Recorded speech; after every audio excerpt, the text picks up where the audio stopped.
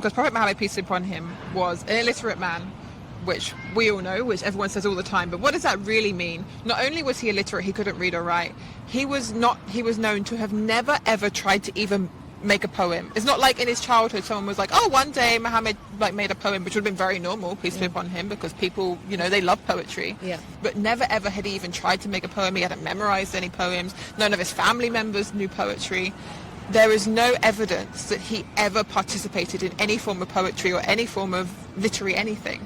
And then suddenly he comes with something that the poets at the time were like, this is not from human, this is from God. There's this amazing example of Labid ibn Rabia, and he was a really famous poet at the time. His poetry was hung on the wall of the Kaaba, which means that he was like the top dog. Like he was like one of the best. And when he heard just Surah Al-Kawthar, like just a few verses from the Qur'an, just a tiny surah, he was like, that's it, I'm becoming Muslim and I'm giving up poetry. He never did poetry ever again. Oh, wow. And when he went to the Roman emperor, they said, give us some of your poetry, and he just recited Surah Baqarah.